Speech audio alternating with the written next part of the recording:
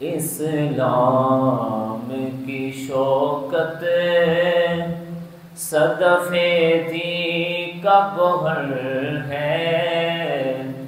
اسلام کی شوکت صدف دی کا گوہر ہے، شاہکار رسالت جسے کہیے وہ عمر ہے، شاہکار رسالت جسے کہیے وہ عمر ہے، اور جس نام کے صدقے سے دعاؤں میں اثر ہے، جس نام کے صدقے سے دعاؤں میں اثر ہے، وہ نام عمر، نام عمر، نام عمر ہے، وہ نام عمر، نام عمر، نام عمر ہے، مل کے پڑھ لو، وہ نام عمر، نام عمر، نام عمر ہے، شاہکار رسالت جسے کہیے وہ عمر ہے، اور ہر سلسلہ فیض میں چمکے تیرے موتی، ہر سلسلہ فیض میں چمکے تیرے موتی، کوئی ہے مجدد تو کوئی گرج شکر ہے، کوئی ہے مجدد تو کوئی گرج شکر ہے، شاہکار رسالت جسے کہیے وہ عمر ہے، اور کعبے میں ادا آج نماز ہو کے رہے گی، کعبے میں ادا آج نماز ہو کے رہے گی، خطاب کے بیٹے کی یہ آمد کا اثر ہے، خطاب کے بیٹے کی یہ آمد کا اثر ہے، شاہکار رسالت جسے کہیے وہ عمر ہے، شاہکار رسالت جسے کہیے وہ عمر ہے۔ اللہ تبارک و تعالی جل جلالہ و عم نوالہ و اعظم شانہ و لا الہ غیرہ کی حمد و ثنا، نبی مکرم شفیع امت باعث تخلیق کائنات صلی اللہ تعالی علیہ وبارک وسلم کی بارگاہ اقدس و انور میں ہدیہ درود و سلام پیش فرمانے کے بعد،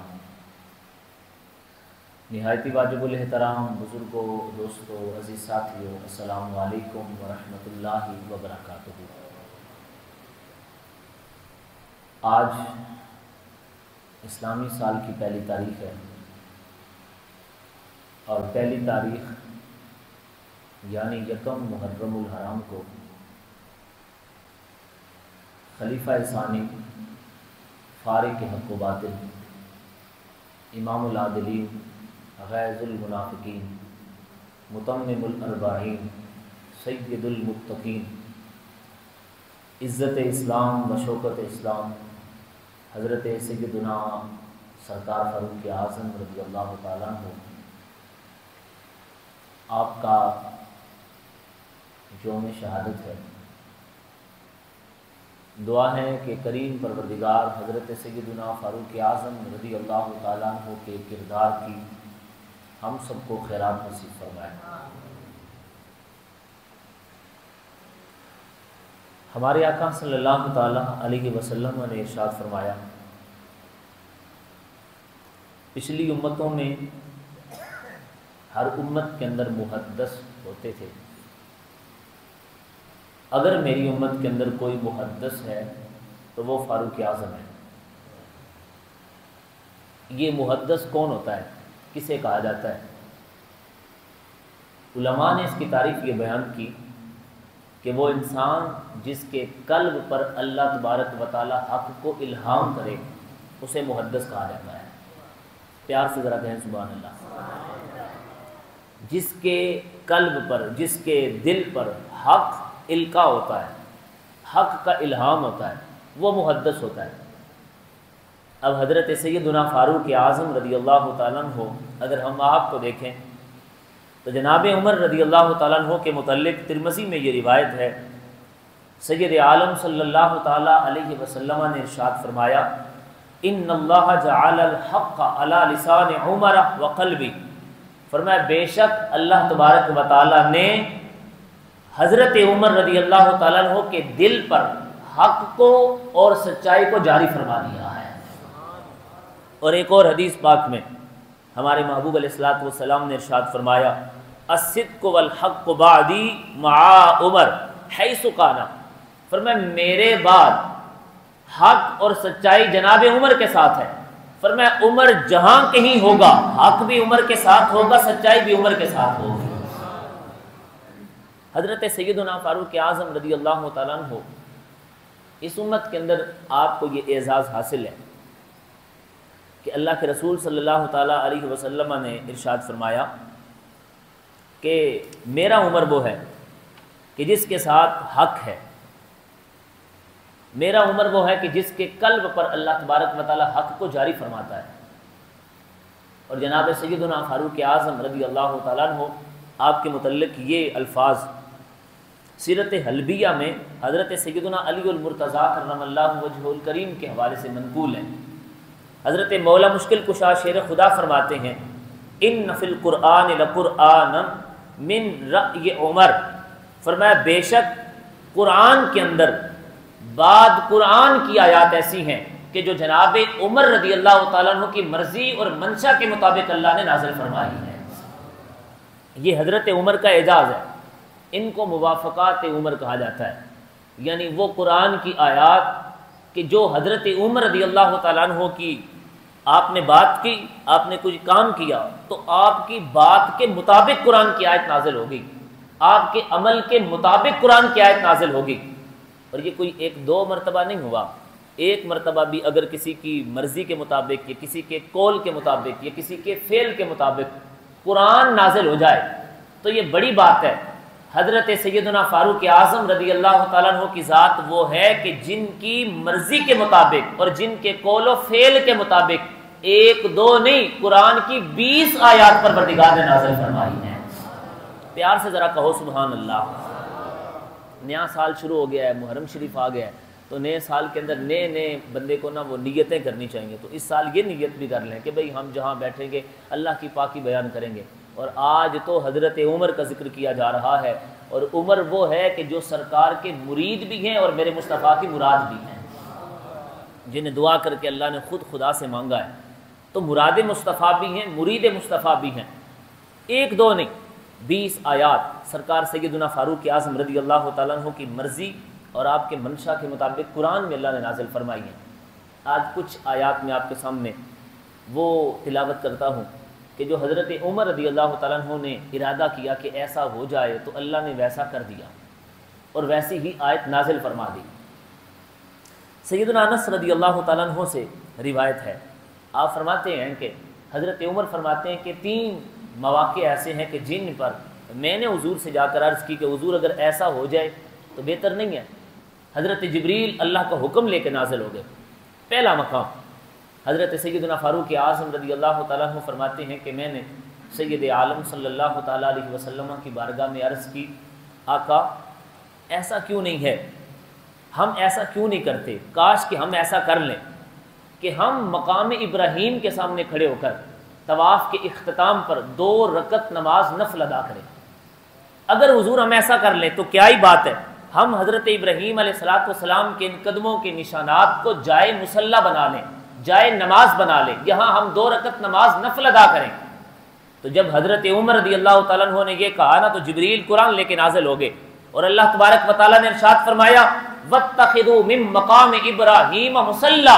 فرمایا اہل ایمان آج کے بعد کعبے کا طواف کرنے کے بعد مقام ابراہیم کے سامنے کھڑے ہو کر تم نے 2 رکعت نماز نفل ادا کرنی ہے۔ اب یہ حکم خدا کا ہے لیکن مرضی جناب فاروق اعظم رضی اللہ تعالیٰ عنہ کی تھی۔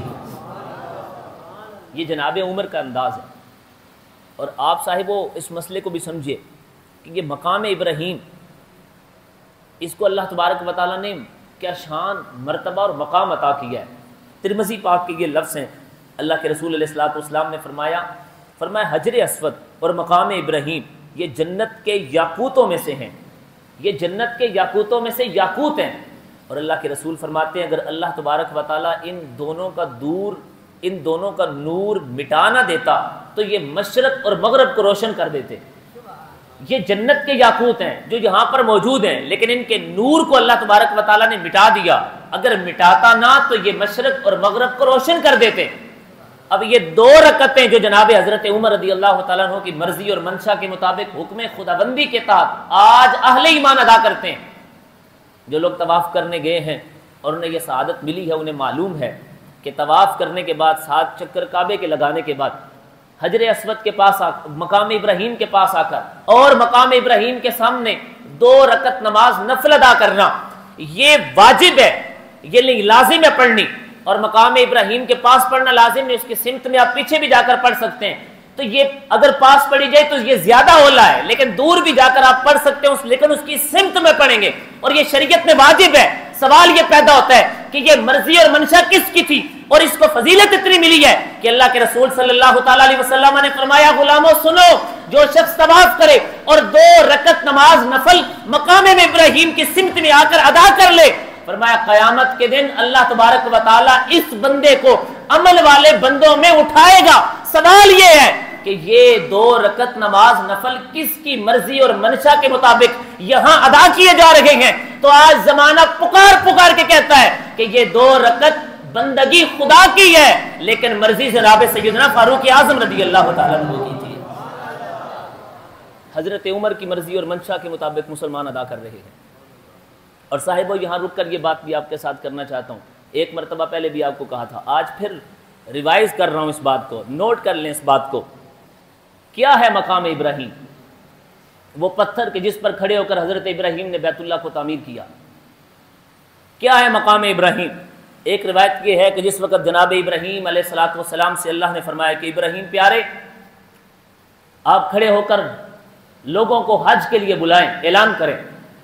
تو سیدنا ابراہیم خلیل اللہ اسی پتھر کے اوپر کھڑے ہو کر آپ نے اعلان فرمایا، اور اس پتھر کو یہ شرف مل گیا کہ مکے میں ہر دور کے اندر بڑے بڑے مشرک پیدا ہوئے اور شرک کی بڑی بڑی نئی جناب قسمیں نکلیں۔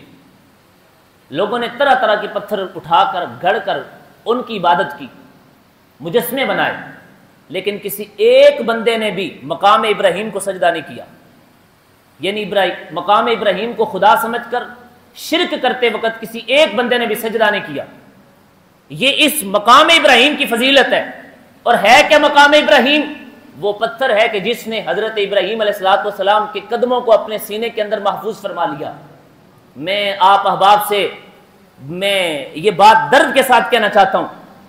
بھئی ہم یہ بات نہ کریں تو ہمارے اندر کو تکلیف ہوتی ہے۔ آج پوری دنیا سے مسلمان جمع ہو کر سین حرم میں کعبے کا طواف کرنے کے بعد مقام ابراہیم کی سمت میں کھڑے ہو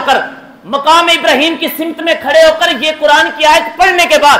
وہ 2 رکعت نماز نفل ادا کرتے ہیں، اور کرتے اس نیت سے ہیں کہ آج ہم 2 رکعت نماز نفل ادا کر رہے ہیں، کل قیامت کے دن پروردگار ان 2 نفلوں کی وجہ سے ہمیں عمل والوں میں اٹھائے گا۔ اور صاحبان سید شام کسی انسان کے ذہن میں یہ خیال نہیں آتا کہ میں کوئی شرک کر رہا ہوں، یہ پتھر کوئی خدا ہے، اور کوئی وہاں پر کھڑا ہوا بندہ بھی یہ نہیں کہتا کہ بھائی یہ شرک ہے، یہاں سے پیچھے ہٹ جاؤ۔ اب صاحبوں کوئی پوچھے تو صحیح نا، بھائی مقام ابراہیم کو یہ فضیلت کیوں ملی؟ تو جواب یہ ملتا ہے کہ یہاں حضرت ابراہیم کے قدم لگ گئے، اس لیے یہ پتھر شعائر اللہ بن گیا، یہ اللہ کی نشانی بن گیا، لہٰذا اس کی تعظیم کرنا در حقیقت کے تقویٰ کی علامت ہے۔ میرا سوال یہ ہے، اگر جس خاک پر یا جس پتھر پر